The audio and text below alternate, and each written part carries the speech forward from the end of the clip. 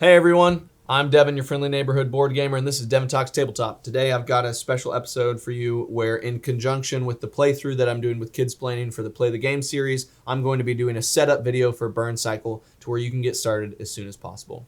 Burncycle from Chip Theory Games is a cooperative stealth dungeon crawler experience for 1 to 4 players. In it, players control bots from the 404th, a resistance group that are attempting to subvert the human corporations that have control over robots through a series of code sequences.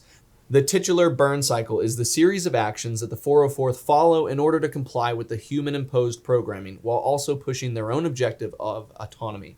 And the Burncycle will be the primary way that agents and command modules function in both the physical and digital world. Each mission will feature 404th bots infiltrating human corporations and progressing through 1 to 3 floors in an effort to destabilize control and achieve certain objectives to advance the Resistance's goals. Bots may return to those same floors of the same corporations, but what they'll need to do and how they do it will be different every time. To get started with a game of Burncycle, you'll need to get all of the components ready for setup. Each corporation always has the same blueprints for each of their 3 floors, so there's some stability to the way the game is set up, but each mission card will be targeted at a certain corporation and a certain number of floors. First things first, begin by collecting all of the mats you'll need for play. The floor mat, where the corporation's floor blueprint will be laid out, the network map, where the 404th bots and corporate pings will cycle through network layers, the command module mat for the bot that will be controlled by all players, and the individual player mats that will house all of the character info for each agent active in the mission. Nearby the mats, you should place the pegs that you'll need for gameplay. Green door pegs for use on the corporation's floors, the red pegs for the corporate pings, the blue pegs for the command module mat, and the color pegs specific to each player mat. Then grab the cards that you'll be using throughout the game. Imperative cards, mod cards, equipment cards, keypad cards, terminal cards, and network cards. There are also player aid reference cards to keep within easy reach. These are helpful reminders for breakdowns of both player and corporation turns, as well as the actions available to bots as they activate the Burncycle. The chips that represent bots, security units, captains, Burncycle actions, physical interaction points, and other gameplay elements can be organized however you want, though it's helpful to have them separated into distinct categories for easy reference during the game. Likewise, the dice can be left in their storage trays during gameplay, but it's best to separate them into the various sets of action dice, equipment dice, etc., so that players can quickly grab what they need during the game. Finally, beads should be separated into red beads for Burncycle and threat tracking, blue beads for objective tracking, and white beads for surveillance tracking on the floor.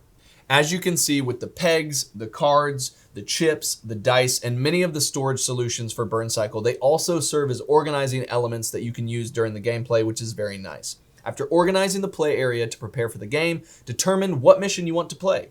Mission cards contain the information you'll need to then assess what bots you should choose. They reveal the corporation targeted, as well as the number of floors that must be infiltrated and the complexity of the required objectives. Below the initial mission info are the floor-specific objectives and the final requirement for agents to complete before exfiltration. These objectives dictate the number of bots that must be involved with each element of the mission, the reward, and the order in which everything must be done.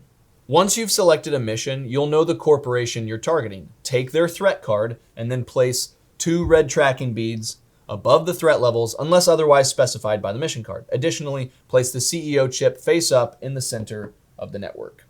Once you do that, establish the remainder of the network by placing the CEO network level dice and the 4 red pings at the top of the network map. Then, starting at the top right and moving clockwise, place the agent's network dice and solitary IP in the designated access points. All network dice for both the CEO and agents should start at a strength of 1. From there, it's time to select the captain that will command the security units during this mission. At random, select a captain chip and locate its matching captain card.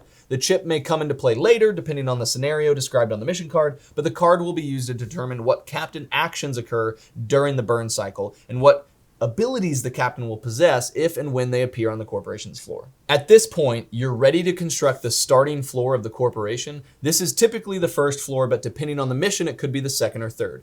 If you're playing a mission that transpires over more than one floor, you'll have to go through this process again when you fulfill the objectives of preceding floors. The floor plan book will inform you of the rooms that will be needed for the floor, where they go, and how they are oriented. It will display the caches and terminals needed, as well as the mandatory security units that might be stationed there. Once you've fully constructed the floor, refer to the captain card to see what the starting security unit deployment will be for the current floor. With the mission selected, the corporation floor constructed, and the captain selected, it's time to recruit the bots that will be tasked with this particular mission. Each player should go through the available bots and examine their agent side to determine which one they want to control. When they've selected their bots as their agents, take the corresponding bot chips and any special die that might be specific to that bot.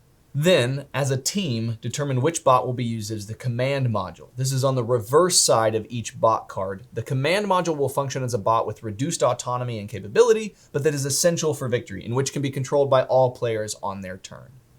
Based on the player count, each agent will then potentially receive a reserve allotment bonus, which doesn't require any power spent. So for these two right here, we have 2 bots, and they're going to each get 1 of these spots filled.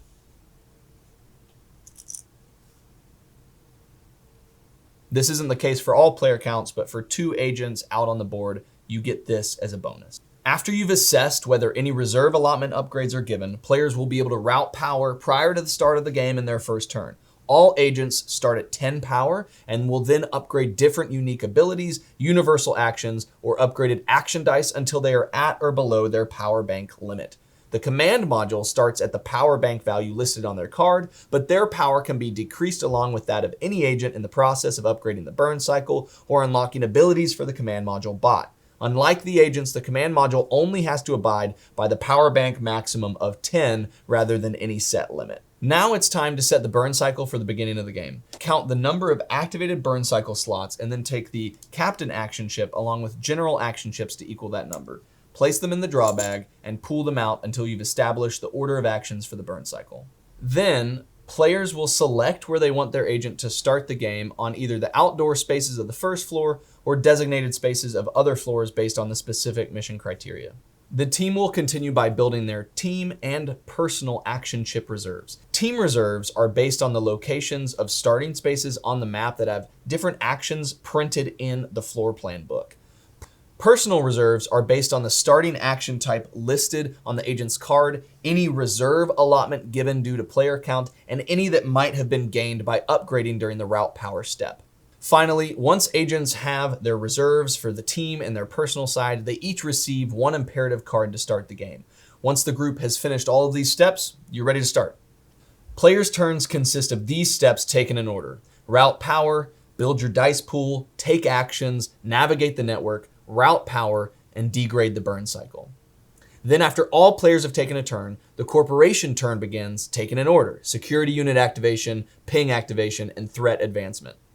Play proceeds until objectives have been met, floors have been completed, threat has been escalated to the mission failure point, or bots are shut down by security units. With that, that's all you need to jump into a game of Burn Cycle. This is from Chip Theory Games. We have a dedicated playthrough that's going to be on the Play the Game series with Kidsplaining, and I'll have some links in the description, which I know I'm not normally good about doing that, but I'll have that there so that you can find the game if you're interested. Appreciate you guys being here, and I'll see you on the next one.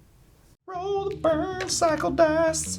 Our aggressive action against them is to adjust the temperature. You know how much humans hate messing with the thermostat. I think he's playing like Galaga or something on there. For the viewers and for just honesty, why don't you shake the bag without your hand in it? Just don't be a 3 or a 4.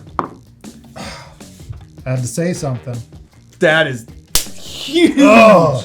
I'm going to bust the wall out. I'm going to look at this bulldog and be like, watch this.